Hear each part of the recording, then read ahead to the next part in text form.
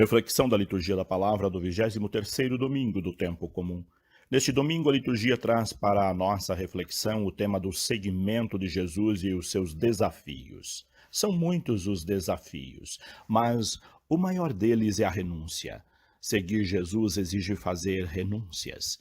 Renúncias das coisas elementares da vida e não apenas renúncias materiais ou de coisas supérfluas. Até essas coisas temos muitas vezes dificuldade em renunciar. Imagine renunciar às coisas que são verdadeiramente importantes, como, por exemplo, a família e a nós mesmos. Jesus coloca de imediato essas questões para mostrar quão difícil é segui-lo, quão difícil é ser cristão. Porém, ele não faz isso para pôr dificuldade no seguimento ou porque ele não quer que o sigamos, mas para termos consciência de que abraçar sua proposta, assumir sua missão, ou seja, ser verdadeiramente cristão, não é brincadeira, não é algo banal, mas uma proposta desafiadora, revolucionária, transformadora, e somente os que conseguem fazer tais renúncias conseguem ser seus verdadeiros discípulos. Há muitos que dizem seguir Jesus, mas não são seus discípulos, seguem por outras razões, como podemos observar em outros momentos. Porém, fazer renúncia não significa que vamos abandonar nossa família, deixando de amá-la ou odiá-la, como trazem algumas traduções bíblicas. Também não significa que não podemos ter nada de material nesta vida. O que Jesus quer dizer é que não podemos colocar nada no lugar de Deus, mesmo que sejam coisas extremamente importantes para nós, nem a nossa vida, pois o primeiro mandamento de Deus é este: amar a Deus sobre todas as coisas. Significa colocá-lo em primeiro lugar. A família é um dom de Deus e devemos amá-la e cuidar dela, mas ela não é mais importante que Deus. Nós também não somos mais importantes que Deus. Nossa vida é muito importante, devemos cuidar dela, preservá-la, mas não podemos idolatrar e achar que somos deuses, tendo comportamentos que desrespeitam a vida, ou a vida de outras pessoas, ou então desrespeitam a vida de outros para favorecer a nossa própria vida. Não podemos conhecer os desígnios de Deus, diz logo de início a primeira leitura. O que Deus quer de nós vamos descobrir com o tempo, no processo de seguimento.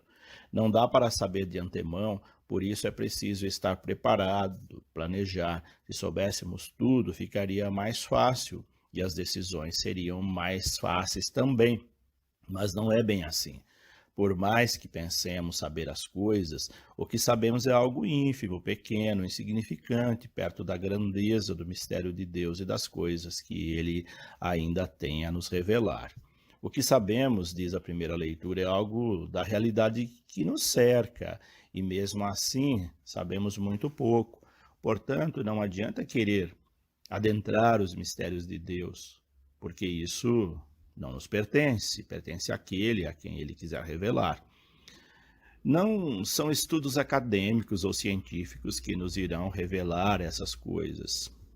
A teologia da revelação não nos revela os mistérios de Deus, por mais que o estudemos.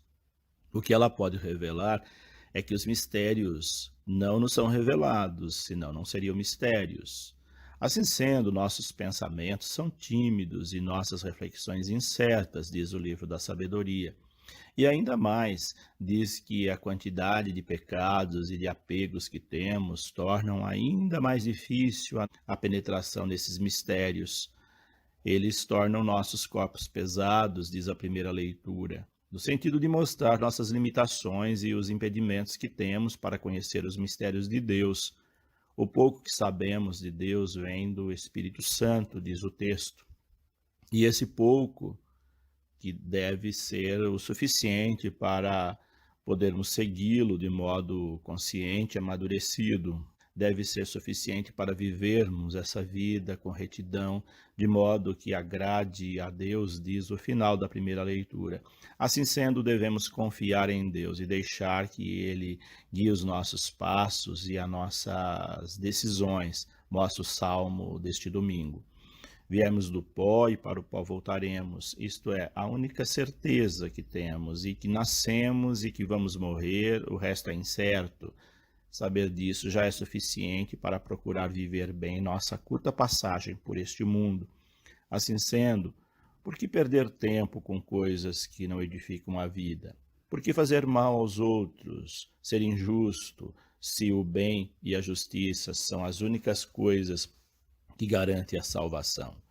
Aprendamos com Paulo por meio dos ensinamentos da segunda leitura deste domingo. Ele está no final de sua vida, já na iminência da morte, escreve ao amigo Filemo recomendando o escravo Onésimo, de modo que trate com dignidade, como ser humano, não como escravo.